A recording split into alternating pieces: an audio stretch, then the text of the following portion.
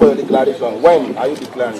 We will let you know now. We will give a formal announcement. Are you confident that you are going to get that ticket for your party? Have I ever failed to get the ticket? Yes. No, this time around, I want to know. Maybe you are so confident. I'm confident. I'm confident. Sir, they are talking about age. That the elderly people should allow youth to take over. What do you say to that? Let the youth compete now. It's competition. It's democracy. Thank you. The right word from Atiku Abubakar should be, has my money ever failed me from getting the ticket? And of course, yes, his money has failed him from getting the ticket when he contested against President Muhammadu Buhari in the APC primaries election in 2015. The people behind that coalition, they knew who Atiku Abubakar was. They knew that he would use his money to bamboozle anyone. And they knew what they wanted. They knew that Atiku Abubakar was not fit to be given the presidential ticket. They knew that they need someone like President Muhammadu Buhari, who has contested in a previous election and garnered 11 million block vote that was domiciled in the north. So they did everything to protect President Muhammadu Buhari in that primaries, and of course he emerged as the winner, defeating Atiku Abubakar.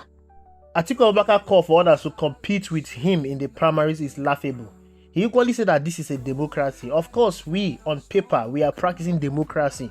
But in the true sense of it, we are not practicing democracy. What we experienced during our primaries across party lines in this country has nothing to do with democracy. Atiku Abubakar knows that nobody will be able to compete with him in a primary in Nigeria. Not even Nyesom Wike that love how to spend can do that. You need to understand that Atiku Abubakar is a towering figure in Nigerian politics. A man whose decades-long career, vast wealth and intricate network make him a formidable force. It might sound like Atiku Abubakar is asking people like Mr. Peter Obi to compete with him in the primaries, but behind his rhetoric lies a reality that is shaped by Atiku Abubakar unmatched experience, resources, and political maneuvering. For politicians like Mr. Peter Obi, challenging Atiku Abubakar is like climbing a mountain with no clear path to the top. Let me tell you guys who Atiku Abubakar is, because it's obvious many of you have forgotten who he is. Before Atiku Abubakar ventured into politics, he joined the Nigerian Customs Service in 1969, where he worked for 20 years, rising to the rank of Deputy Director. His custom career brought him close to Nigeria's military and political elites, including Shehu Musa Yar'Adua, a former army major who became his mentor. If you understand how the custom system works in Nigeria, you will understand the kind of Brazilian corruption that is going on in Nigerian custom. As a man that worked in the custom, you will get to understand the kind of person Atiku Abubakar is when it comes to corruption. Atiku Abubakar connection with this military general and politician opened door for him to join politics. In 1990 and 1996, Atiku ran for the governor of Adamawa State but lost. In 1998, he won the governorship election under the People's Democratic Party (PDP).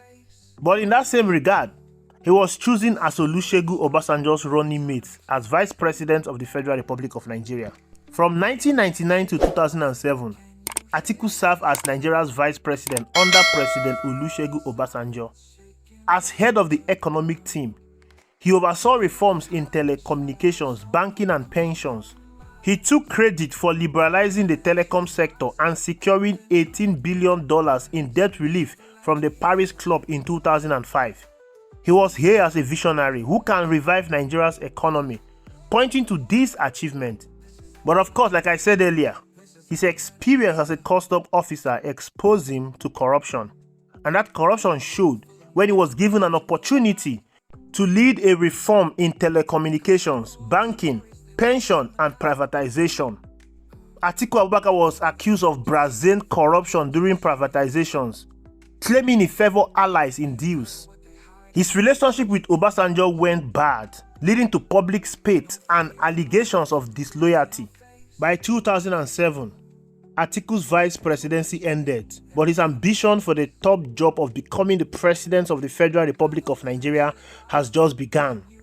Since then, Atiku has run for president 6 times: 1993, 2007, 2011, 2015, 2019, and 2023, switching parties between the PDP, the ACN, the All Progressive Congress back to the PDP, and now the ADC. But there's something you must understand about this man called Atiku Abubakar. His career is dogged by corruption allegations, and many believe that this is the reason why he's untouchable in Nigerians' money-driven politics. Although Atiku Abubakar has never been convicted, the accusations paint a picture of a man who thrives in a system where wealth and influence reign supreme. One major scandal involves the Petroleum Technology Development Fund (PTDF).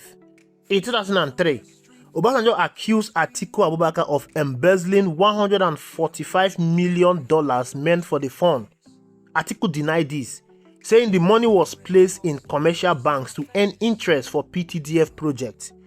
During a Senate inquiry in 2007, senators found out that Atiku allegedly diverted $100 million with $90,000 cash stashed in his freezer at home. Internationally, Atiku Abubakar's name surfaced in a 2009 US corruption case involving Congressman William Jefferson, who was convicted of bribery and sentenced to 13 years. Jefferson claimed Atiku demanded a bribe to approve a US company's deals in Nigeria. A 2010 US Senate report further alleged that Atiku and his then wife, Jennifer Douglas, moved over $40 million in suspect funds to the US through offshore companies. Atiku's vast wealth was built through oil, agriculture, and education businesses as an evidence of a questionable dealings. As a custom officer, he started an oil servicing firm in the 1980s, which violated laws barring civil servants from private business beyond farming. For politicians like Peter Obi, who made their money through private ventures, through trade, through enterprise, who didn't make their money via politics, via corruption, this allegation highlights Atiku's advantage. In Nigerian cash and carry politics, money, no matter how it was acquired, will definitely buys loyalty. In all of these allegations, let us not forget how Atiku Abubakar is reported to have been buying his ways during primaries in Nigeria. In 2019 PDP primaries that was held in Port Harcourt, it was reported that dollars reigned that night. It wasn't just a night where delegates decide who will fly the PDP presidential ticket in the 2019 presidential election. It was a night where dollars reigned supreme.